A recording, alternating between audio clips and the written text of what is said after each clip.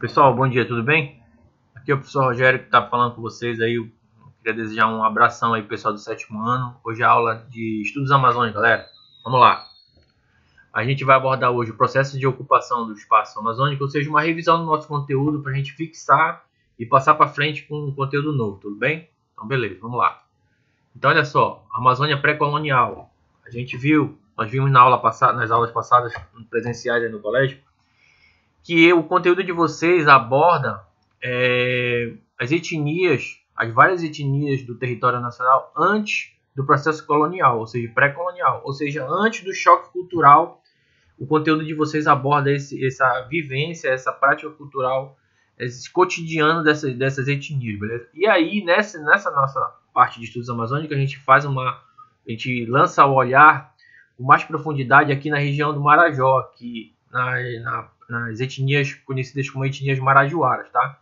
Então, olha só, eu coloquei aqui, eu preparei esse slide para vocês aqui pra gente dar uma visualizada e uma aprofundada e pra gente fixar bem aí a parte dos grupos marajoaras, tá legal? Então, acompanha comigo aí no primeiro tópico aí, olha. Ele fala assim, ó, as pinturas rupestres, todo mundo sabe que são as pinturas rupestres, mas que para quem não se lembra, quem deu um branco lá, vamos recordar. Pinturas rupestres são aquelas pinturas que no interior das cavernas.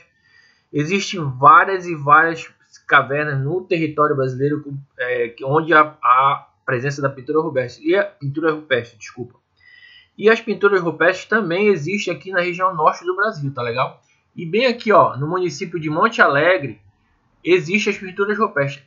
A existência de civilizações pré-históricas na Amazônia, ou seja, os arqueólogos, os pesquisadores foram lá e identificaram algumas cavernas com as pinturas rupestres. E aqui a gente lança o olhar nos grupos marajoaras aqui na região norte do Brasil. E existe uma característica bastante importante para a gente entender, para a gente conhecer a sociedade marajoara, que é a cerâmica. Foi abordada em sala de aula e eu chamo a atenção de novo aqui, ó. A cerâmica fabricada pelos indígenas, no caso, os marajoaras, possibilita informações mais precisas sobre essa sociedade. A gente tem que entender e se recordar que no Brasil existiram centenas de etnias indígenas anteriores ao período pré-colonial, tá?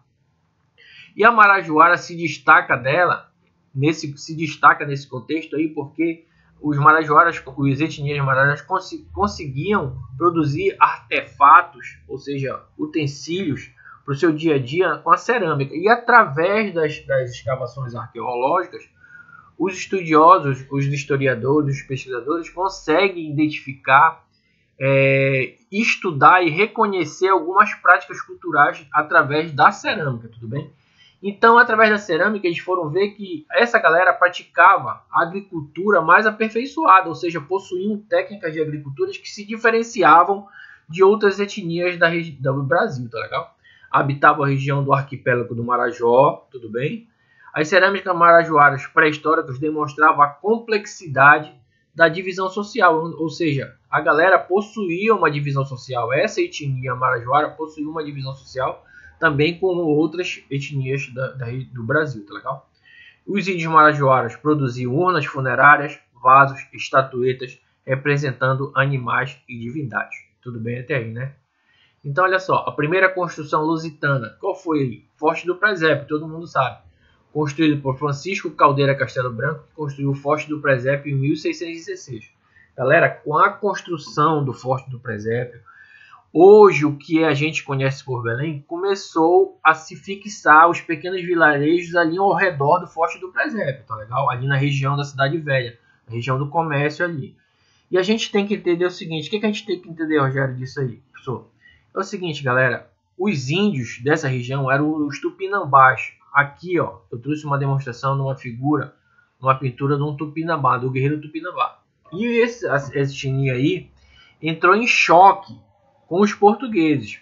Para o quê? Porque eles não queriam que os portugueses se fixassem nessa região. Ou seja, a região era deles, eles não aceitaram de forma branda, pacífica, como muitos pensam, os portugueses chegaram aqui e começaram a fundar o Forte do Presépio, e os índios lá foram lá ajudar eles. Negativo, galera. Há relatos históricos que ocorreram várias e várias batalhas, perderam-se várias vidas, tanto portuguesas como indígenas, para construir o que a gente conhece hoje como Forte do Presépio, beleza?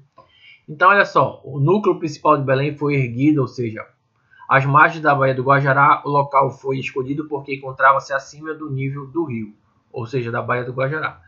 Com o passar dos anos, a expansão do povoado de Belém foi se tornando uma parada obrigatória para quem pretendia entrar na região norte. A galera tem que se lembrar, quem foi meu aluno lá no 6º ano, que essa região norte do Brasil, aqui onde a gente encontra Belém, Manaus, essa região aqui era rica em drogas do sertão, ou seja, diferente das outras regiões do Brasil, lá principalmente da região nordeste do Brasil, aqui a galera, os portugueses extraíam e conseguiam fazer a coleta das drogas do sertão para enviar para Portugal, tá legal? Para a metrópole. Então, olha só, o último ponto aqui desse slide fala assim: a construção da cidade de Belém foi feita às custas de constantes guerras com os índios tupinambás, que eram estimados em 20 mil pessoas naquela época, beleza? Então não foi nenhum mar de rosa como a galera pensa a fundação e a construção do Forte do Presépio, tudo bem? Vamos para o outro. Todo o espaço era indígena, ou seja, a galera os indígenas já moravam aqui antes da chegada dos europeus, todo mundo sabe disso aí. Então, quando o europeu chegou à região amazônica, se deparou com etnias que possuíam culturas, dialetos e costumes diferentes entre si. Pessoal, o que é isso aí, galera? Presta atenção. Existiam milhões de índios, a relato de 4, 5, 12 milhões de índios no território brasileiro. E a região norte do Brasil não era povoada com as mesmas etnias do sul, do centro-oeste, do sudeste do Brasil. Ou seja, culturas, dialetos e costumes diferentes entre si. Tudo bem? Então, diversas tribos habitavam aldeias e, através do trabalho coletivo, garantiam o seu alimento, construíam suas habitações. Desculpa. Bastante diferente da nossa sociedade, os povos indígenas produziam apenas para a subsistência. Todo mundo sabe que seria subsistência, ou seja, uma forma bem simples de sobreviver. O básico. Não faziam excedentes, tá legal? A não ser que eles precisassem fazer trocas entre as tribos, tudo bem? Os povos indígenas foram os primeiros a ocupar a região da Amazônia. É bom lembrar que a ação do colonizador não ocorreu de forma pacífica, eu acabei de citar para vocês. Pelo contrário, milhares de indígenas foram massacrados e capturados para se tornarem mão de obra escrava. E aqui, produzido na Amazônia e consumido na Europa, é o que? As drogas do sertão. A floresta amazônica foi transformada em um local de extração das drogas do sertão. Quais eram as principais, velho? Cacau, cravo, guaraná, urucum e baunilha. Tiveram outras? Sim, mas essas aqui eram as principais, tudo bem? Atividades que mais tarde foi complementadas,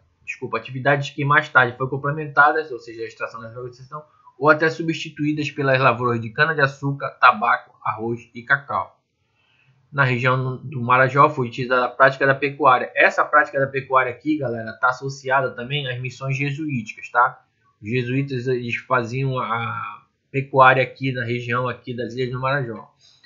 Durante esse período, em torno das fortificações e das missões jesuíticas, vão se desenvolvendo vilas e cidades. Estas se situavam às margens dos principais rios. A gente tem que entender, galera, que é o seguinte. Com a fundação e a construção do Forte do Presépio, como eu já citei lá no slide passado, a cidade de Belém foi sendo erguida, tá? Mas aí existiam ribeirinhos, caboclos que viviam até hoje nas margens dos grandes rios. E os principais rios forneciam um meio de transporte para Belém, ou seja, a galera plantava, colhia as drogas do sertão e trazia para Belém para serem enviadas para Portugal. Os trapistas e pequenos portos tiveram um papel fundamental na circulação da produção econômica. Vou até ajeitar aqui, tá? Para o quê? Os trapistas e pequenos portos para conseguir transportar, tudo bem? Principalmente a pesca, os meios de subsistência. E finalizando, a cerâmica de Santarém, assim como existe a cultura marajoara, a cerâmica de Santarém aqui na nossa região também é importante. Nas províncias de Santarém, na Foz do Rio Tapajós, foram descobertos inúmeros vestígios arqueológicos. Nesta área habitavam os Tapajós, ou seja, outra etnia indígena da época. Objetos de cerâmica eram utilizados em seus rituais, como as danças e adorações aos deuses. Todo mundo sabe que a galera aqui era politeísta, só recordando. E a cerâmica apresentando alto valor tecnológico. Os Tapajós teciam algodão e produziam peças em palha, ou seja, cestaria, tá? Então, galera, é isso aí. Um abraço para vocês e até a próxima aula.